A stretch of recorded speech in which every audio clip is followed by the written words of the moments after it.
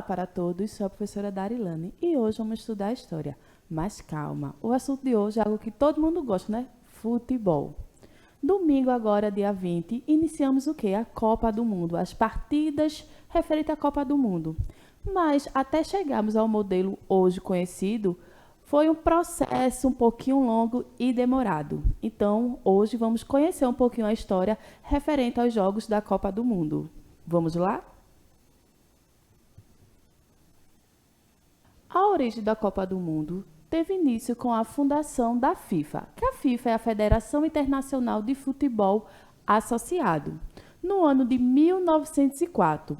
Mas o primeiro evento mundial oficial de futebol foi realizado somente no Uruguai, em 1930. Isso depois de muitas mobilizações para se criar essa aclamada competição. A entidade máxima do futebol foi fundada em Paris, na França, e tem sua sede em Zurique, na Suíça. Em 1906, a primeira tentativa da edição, iniciada pelo líder neerlandês Karl Reichmann, estava prevista na Suíça. Então, até chegar ao modelo que conhecemos hoje referente à Copa, foi um processo. Antigamente, os jogos de futebol eram bastante aclamados, as pessoas gostavam muito, porém, não se tinha ainda como posso dizer, essa intervenção econômica. Os jogadores, eles não recebiam a quantidade de verbas, né, financiamentos que se tem hoje em dia.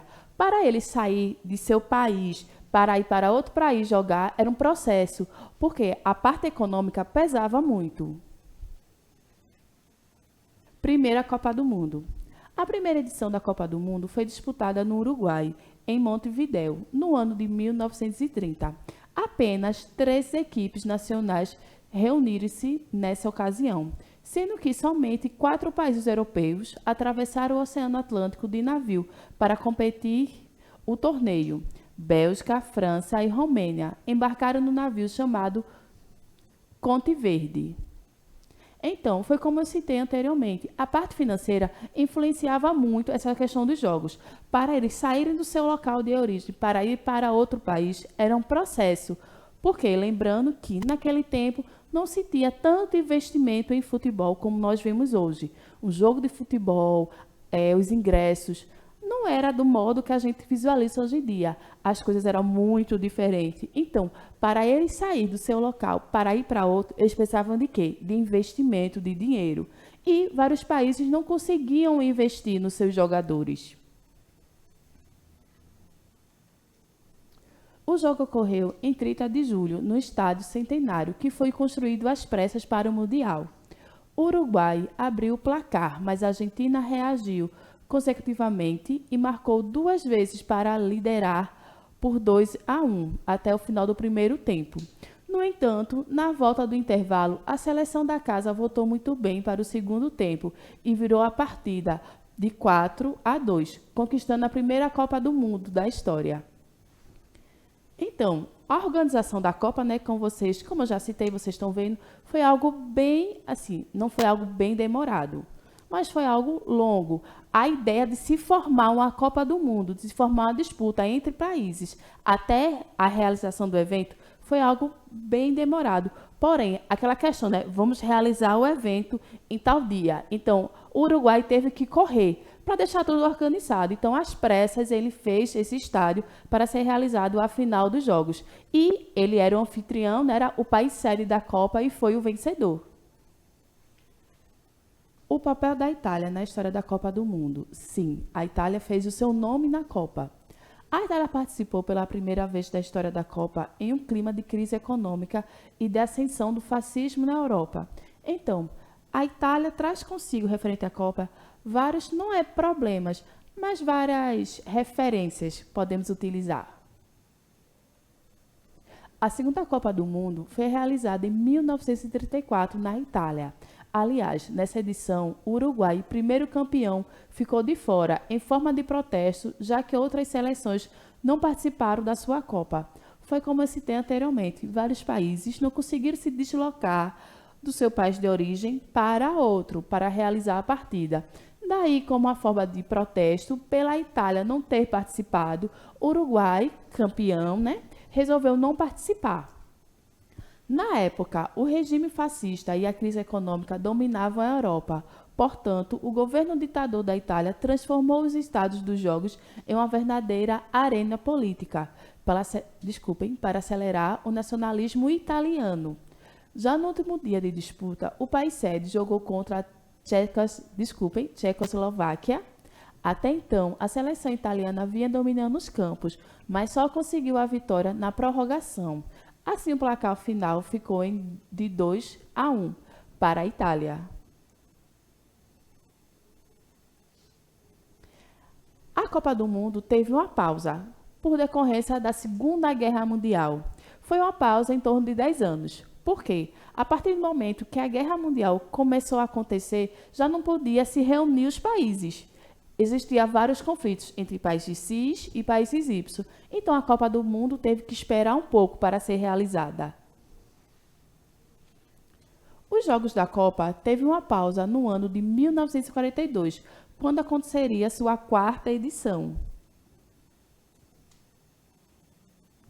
No Congresso da cidade de Luxemburgo, em 25 de julho de 1946, foi decidido que a quarta Copa do Mundo, em 1950, seria realizada no Brasil.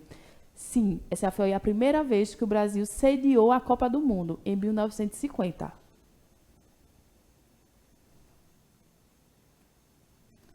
O Brasil chegou na final com o Uruguai, que já possuía um título de campeão. O último jogo aconteceu no recém-construído Maracanã, no Rio de Janeiro, e contou com a presença de 200 mil pessoas. No entanto, a Celeste Olímpica, que era o apelido dado ao time da Uruguai, fechou o placar em 2-1, calando todo o estádio Maracanã e levando os anfitriões a lágrimas. Sim, o Brasil perdeu no seu país, né? O Brasil foi sede anfitriã da Copa do Mundo e acabou sendo derrotado nas finais. E, mais que pareça, o Brasil precisava de um empate. Desculpa, ele precisava ganhar ou empatar. Se ele empatasse, ele era campeão. Porém, houve-se a derrota. Como vocês podem ver aí na imagem do jornal daquela época. Empatando o Uruguai, seremos campeões.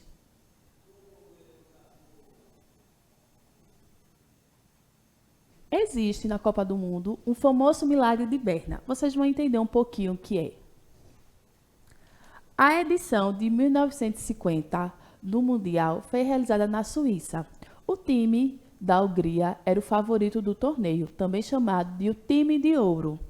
A seleção encantou o futebol mundial com seu talento e confirmou seu status de favorita durante os primeiros jogos da competição, vencendo a Coreia do Sul de 9-0, a Alemanha Ocidental de 8-3. Então veja como esse placar estava, né? Ele estava venceu de um jogo por 9 pontos e de outro por 8 pontos. Então ele era o time favorito. Mas agora que vocês vão entender porque é o milagre de Berna. A edição aconteceu em 4 de julho de 1954, em Berna, Hungria, e a Alemanha Ocidental reeditaram jogos que fizeram na primeira fase com a Hungria, amplamente favorita, já que estava há 4 anos sem perder uma partida. O time de ouro começou a final de forma sensacional, porém a Alemanha Ocidental, contra todas as probabilidades, então venceu a favorita Hungria, por 3-2 naquele dia, que ficou marcado no mundo como o milagre de Berna. Então, jogos de futebol é algo bem inusitado. Um time que não era favorito, que já tinha perdido de 8 pontos por esse time, consegue o quê? Virar o placar, né? Consegue vencer. Então, é um milagre de Berna. Um time que não era favorito, a Alemanha Ocidental, conseguiu vencer um time que era favorito, que fazia 4 anos que não estava... Desculpe, que fazia 4 anos que não perdia e estava vencendo as partidas de 9 gols, outros de 8 gols. Então, era um time favorito, time de ouro. E acabou perdendo por um time que ninguém estava dando nada.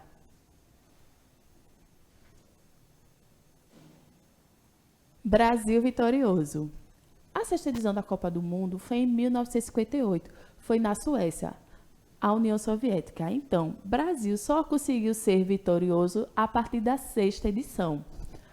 A edição foi marcada pelos fracassos de Itália e Uruguai, bicampeões mundiais, que não conseguiram se classificar para o torneio. Então, a partir de 1958, o Brasil fez o seu nome, né? Se tornando um dos grandes seleções da Copa do Mundo. E hoje somos pentacampeões. Vencemos a Copa em 1958, 1962, 1970, 1994 e 2002. Até esse momento, né, ninguém dava nada pelo Brasil. O Brasil não tinha um prestígio referente ao futebol como tem hoje em dia. Só conseguimos ganhar a Copa na 6ª edição. Porém, quando ganhamos, né, fizemos o nome Brasil referente aos jogos de futebol, ganhando 2 anos seguidos, em 1958 e 1962.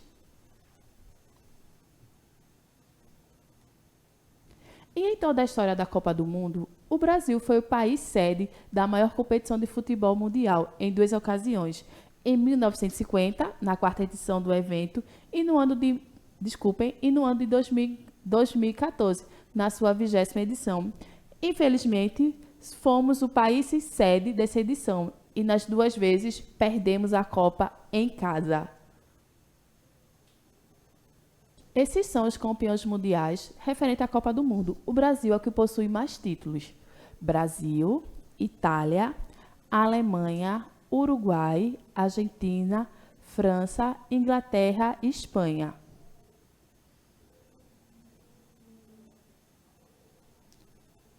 Como vocês podem ver aí, cada país com a quantidade de títulos que eles possuem. O Brasil é o que possui mais títulos e a Espanha é o que possui menos títulos.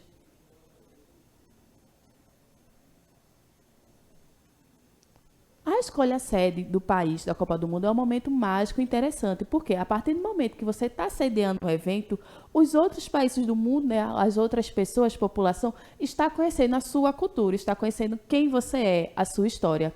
Então, no ano de 2022, quem está sediando a Copa do Mundo é o Catar. Então, vou falar um pouquinho do país para a gente conhecer.